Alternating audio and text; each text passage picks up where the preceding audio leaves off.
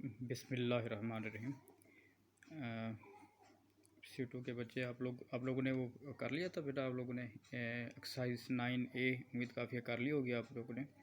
कुछ बच्चों ने रब्ता किया था कोई प्रॉब्लम थी, उनको डिस्कस किया था। तो आज हम बेटा एक्सरसाइज 9B जो है वो हम स्टार्ट कर रहे हैं और इसमें बहुत इम्पोर्टेंट मतलब हमारा टॉपिक है जो है बेयरिंग्स। कुछ बच्चों ने मुझसे फ़ोन पर भी बात की थी, तो बेयरिंग्स के हवाले से वो पूछना चाह रहे थे, तो आज हम उसको डिस्कस कर रहे हैं। इसको प्लीज़ आपने केयरफुली करना है। ये ज़रा टॉपिक आसान है, लेकिन क्योंकि जब स्टार्ट करते हैं नए तो उस पर थोड़ी सी कन्फ्यूजन होती है। तो अगर आपको कन्फ्यूजन हो तो आपने प्लीज़ इसको दोबारा बार बार लेक्चर्स को सुनना है, देखना है, और कोई प्रॉब्लम हो तो मुझसे भी आपने रब्ता करना है।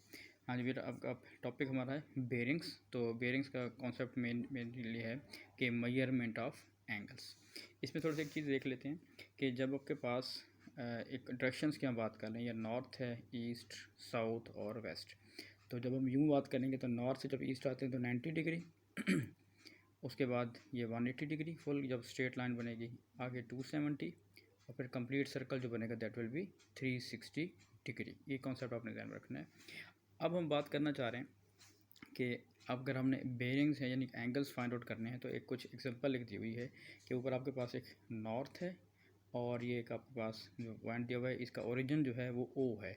अब लाजमी नहीं कि जो ओरिजिन है वो ओ ही हो, कोई और भी लेटर वहाँ पे शो हो सकता है। यहाँ पे ए दिया हुआ है और ये एंगल जो बना हुआ है दैट इज़ 70 डिग्री। बाकी आपके पास इस तरह एंगल्स दिए हुए हैं। हम इसको साथ साथ स्टार्ट करते हैं। अब देखें, जब भी आपने कोई भी बेयरिंग्स फाइंड आउट करनी है तो कुछ स्टेप्स आपने ध्यान में रखनी है। स्टार्ट फ्रॉम नॉर्थ, हमेशा आप नॉर्थ से स्टार्ट करेंगे और क्लॉक वाइज डायरेक्शन यानी कि आपने इस डायरेक्शन में मूव करना है। ये जो डायरेक्शन हमारी है ये वाली, इस डायरेक्शन पे हमने एंगल को मूव करना है। फ्रॉम जहाँ पे आएगा तो टेक एज एन ओरिजिन, जहाँ पे फ्रॉम लिखा होगा उसको आपने ओरिजिन लेने। फॉर एग्जांपल देखें, बेयरिंग ऑफ, क्वेश्चन होगा calculate bearing of A from O. तो स्टार्ट कहाँ से करना है बेटा? नॉर्थ से, क्योंकि जो भी एंगल होता है उसके हमने कहा था लास्ट में हमने बात की थी, दो आर्म्स होती हैं, एक कॉमन पॉइंट होगा जिसका हम ओरिजिन कह रहे हैं। तो एन ओ ए, ये इंपॉर्टेंट बात है, बात को बुक में इस तरह नहीं लिखा होता, लेकिन जब भी आप कोई एंगल निकालेंगे सबसे पहले आपने ये चीज़ देखनी है। A from O means N O A. अब देखें एन ओ ए, ये एंगल आपने फाइंड आउट करना है, ये वाला एंगल। तो कितना बन रहा है जी? ये एन ओ ए 70 डिग्री। ये आपके पास आंसर आ गया। लेकिन जब भी आप एंगल देंगे बेयरिंग्स का जो आंसर देंगे, हमेशा आप इसको 3 डिजिट्स में लिखेंगे। इसलिए अगर कहीं पे 3 डिजिट से कम है तो यहाँ पे हम इजाफी एक ज़ीरो लगा देंगे, तो दैट विल बी 0 7 70 डिग्री। इस तरह का और एग्जांपल है D from O. D from O को लिखेंगे कैसे? N O D. तो अब देखिए मैयर क्या करना चाह रहे हैं, एन से स्टार्ट करेंगे, एन ओ से होते हुए आपने पूरा एंगल ये यहाँ तक मैयर करना है। बेसिक कॉन्सेप्ट इसका ये। अब देखें, अगर हम पूरा सर्कल बनाते हैं तो दैट विल बी 360, और ये कितना बना हुआ है जी? 35। तो 360 में से अगर हम 35 माइनस करें तो दैट विल बी 325 डिग्री। इसी तरीके से एक आपके पास और चीज़ आती है कि change of origin. Change of origin का मतलब ये होता है कि बाद का वो क्वेश्चन जो है वो ज़रा डिफरेंट देता है। जिस तरह ऊपर हमने पढ़ा था कि ए फ्राम ओ, अब वो ये कह रहा है ओ फ्राम ए। तो उसके लिए जो भी आप चेंज ऑफ ओरिजिन की बात करेंगे तो सबसे पहले draw new indicator on new origin या एट न्यू ओरिजिन, जो भी है उसके ऊपर आपने नया ओरिजिन बनाएंगे, इंडिकेटर बनाएंगे। जो ही इंडिकेटर बनाएंगे वहाँ से हमारे पास पैरेलल लाइंस बनती हैं, और पैरेलल लाइंस का जो कॉन्सेप्ट आता है अल्टरनेट एंगल्स, जैसे जी बन रहा होता है, इस फॉर्म में भी बन सकता है और ये एन की फॉर्म में भी बन सकता है। अब फॉर एग्जाम्पल क्वेश्चन आपके पास है bearing of, calculate bearing of O from A. तो स्टार्ट कहाँ से करेंगे? एन से, N A O. Start N से, जो फ्राम होता है वो उसको हम दरमियान में ओरिजिन के तौर पर लिखेंगे एन ए ओ।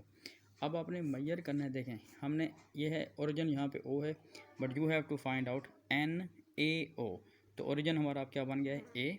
तो इसके ऊपर हम एक और इंडिकेटर जो है वो बना लेंगे। ये नॉर्थ हो गया जी। अब बेसिकली अपने एंगल क्या निकालना है? नॉर्थ से स्टार्ट करना है, एन ए ओ तक आपने एंगल फाइंड आउट करना है। अब देखें जो ही आप ये डिफरेंट होगा ओरिजिन, तो देखें यहाँ पे आपके पास एक जी बन गया है। अगर ये 70 डिग्री है तो अल्टरनेट एंगल के तौर पर ये भी कितना होगा बेटा 70 डिग्री। तो टोटल देखें ये कितना हो गया 180 plus 70, so that will be 180 plus 70, so that will be 250 degree. ये आपके पास आंसर आ जाएगा। ठीक है बेटा, ये आपका बेसिक कॉन्सेप्ट इसका ये है बेरिंग्स के हवाले से। और इसमें आपके पास ट्रिग्नोमेट्रिक रेशोज़ भी आ सकती हैं, साइन रूल और कोसाइन रूल भी आ सकता है, क्योंकि ये जो टॉपिक है ये पेपर 1 में भी आता है और पेपर 2 में भी आता है।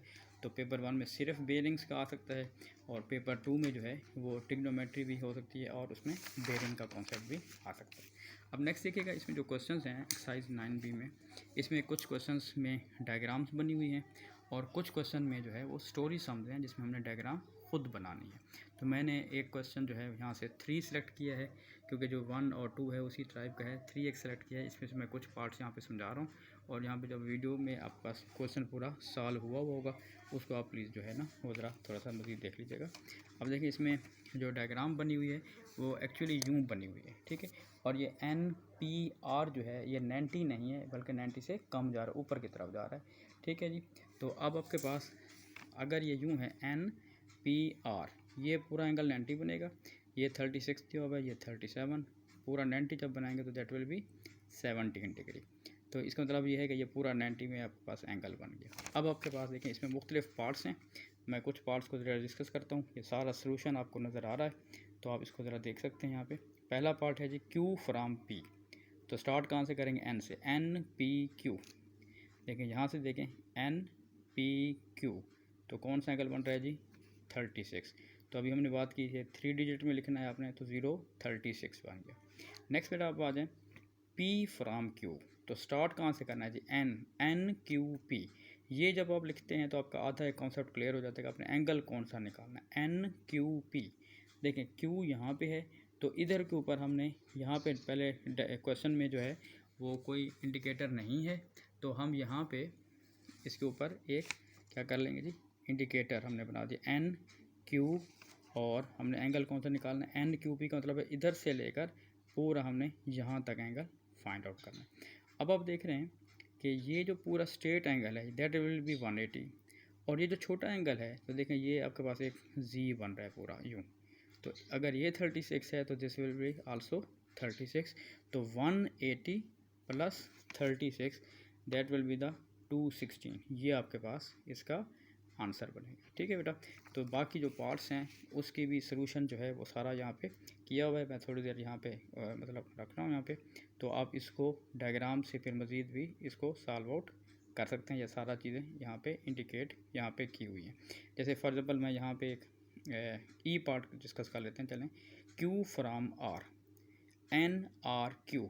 अब देखें NRQ का मतलब क्या है कि आप इस RQ पर एक और इंडिकेटर स्टार्ट करें, ये N हो गया जी।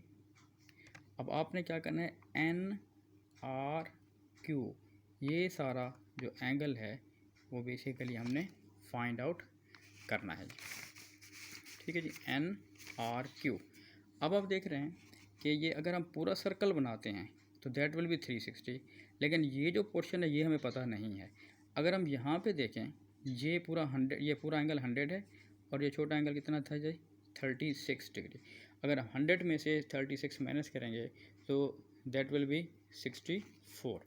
तो इसका मतलब ये हुआ कि ये जो छोटा एंगल आपके पास आ रहा है ये 64 है। अगर ये 64 है तो ये जो छोटा एंगल बनेगा ये स्मॉलर वन, तो दिस इज़ आल्सो 64 डिग्री। कौन सा एंगल जी, मैं ये बात करना चाह रहा हूँ NRQ जो है that will be also 64 degree. अब टोटल देखें ये सर्कल कंप्लीट सर्कल बन रहा है 360 का।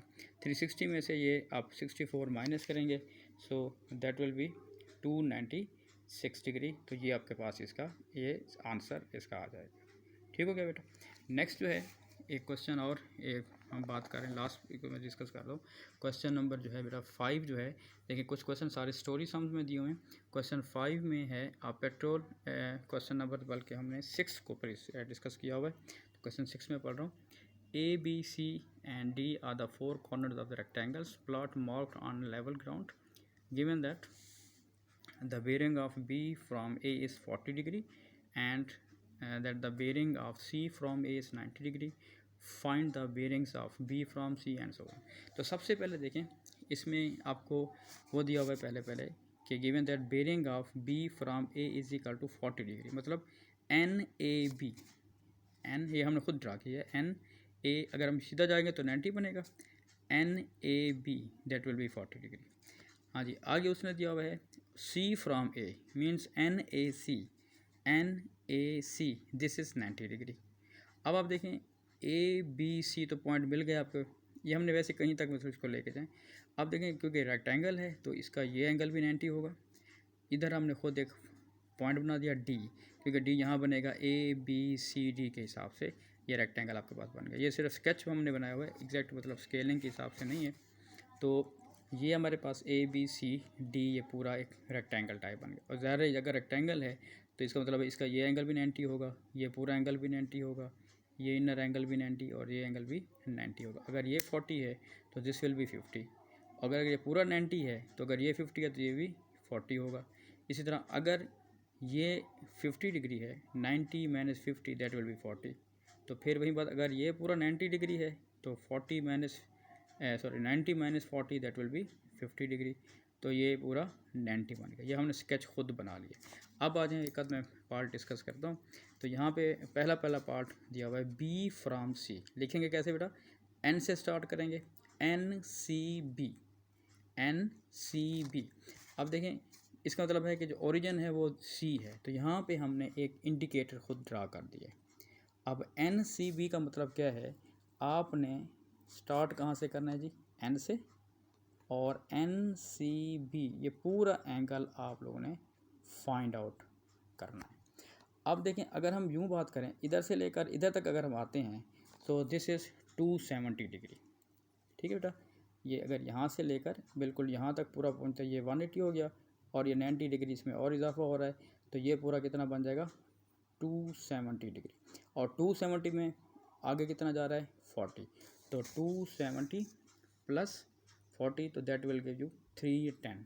तो कहीं पे आपको प्लस करना पड़ता है डायग्राम बना के, और कहीं पे हमें माइनस करना पड़ेगा।